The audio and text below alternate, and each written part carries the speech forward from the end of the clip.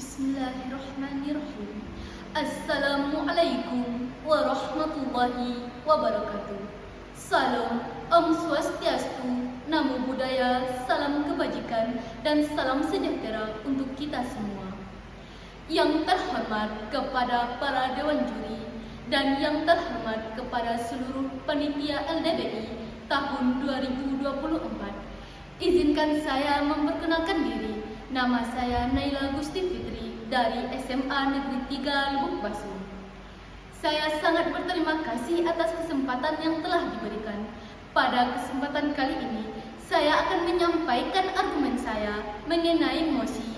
Sebagai negara berkembang dengan potensi maritim, Dewan ini tidak akan menggunakan strategi ekonomi biru. Saya pro terhadap MOSI ini. Maka parameter yang saya tetapkan adalah kesejahteraan masyarakat pesisir dan nelayan masyarakat Indonesia.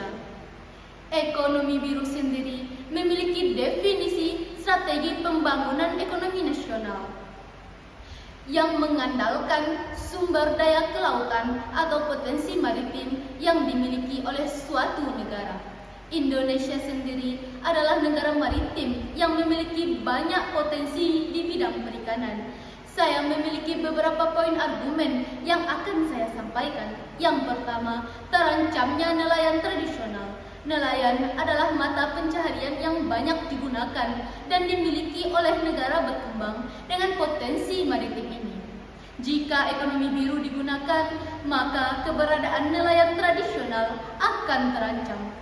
Jika nelayan tradisional terancam, maka kesejahteraan nelayan tersebut tidak dapat dipastikan atau tidak akan tercapai dan berakibat bagi keluarga juga meningkatnya angka pengangguran dan kemiskinan di negara potensi maritim ini.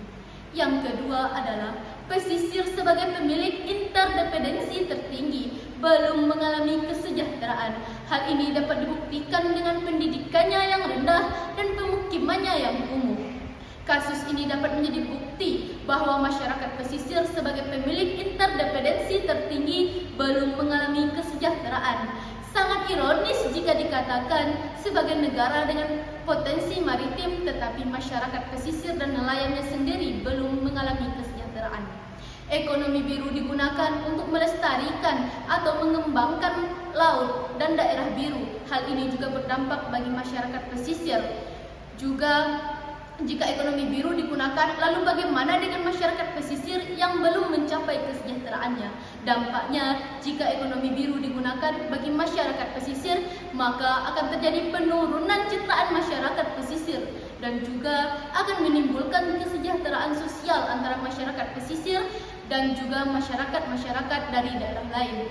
Dengan adanya kasus tersebut, maka kesejahteraan tidak akan tercapai dan negara berkembang dengan potensi maritim ini banyak sekali kesejahteraan yang belum tercapai bagi masyarakat di daerah pesisir di Indonesia ini. Terlihat dari pemukimannya yang kumuh dan pendidikannya yang rendah, hal ini belum mencapai kesejahteraan bagi masyarakat pesisir dan nelayan.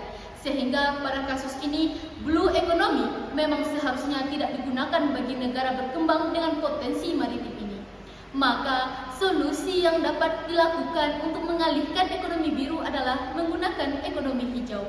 Ekonomi biru berdampak buruk bagi kesejahteraan masyarakat dan nelayan. Maka solusi dari masalah dan kasus tersebut adalah beralihnya ekonomi biru ke ekonomi hijau. Ekonomi hijau memiliki banyak dampak positif jika dibandingkan dengan ekonomi biru. Ekonomi hijau tidak akan mengganggu kesejahteraan masyarakat daerah nelayan dan masyarakat daerah pesisir, di mana pada kasus ini jika menggunakan ekonomi hijau akan mengalami kesejahteraan dan tidak akan mengalami kesenjangan sosial jika dibandingkan di daerah lainnya di Indonesia. Maka kesimpulan yang dapat saya ambil dari uraian yang telah saya bacakan yaitu bahwa ekonomi tidak perlu digunakan pada negara berkembang. Ekonomi biru tidak perlu digunakan pada negara berkembang dengan potensi maritim, dikarenakan masyarakat pesisirnya yang belum mencapai kesejahteraan. Lalu bagaimana caranya jika ekonomi biru tetap digunakan dan mengancam nelayan? nelayan tradisional serta mengancam kesejahteraan masyarakat daerah pesisir, dan nelayan tersebut juga bagi masyarakat daerah pesisir yang menggunakan cara tradisional untuk menjaga dan merawat maritim itu tersendiri dan menjaga kelautan, sehingga dapat dipastikan ekonomi maritim pada saat ini masih banyak berkembang dengan baik tanpa digunakan blue economy.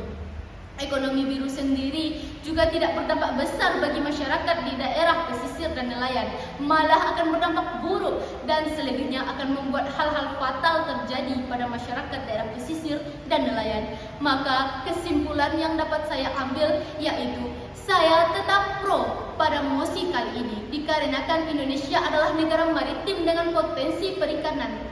Tetapi ironis jika dikatakan dan dilihat dari kesejahteraan masyarakat daerah pesisir dan nelayan yang belum mencapai kesejahteraan, maka saya tetap setuju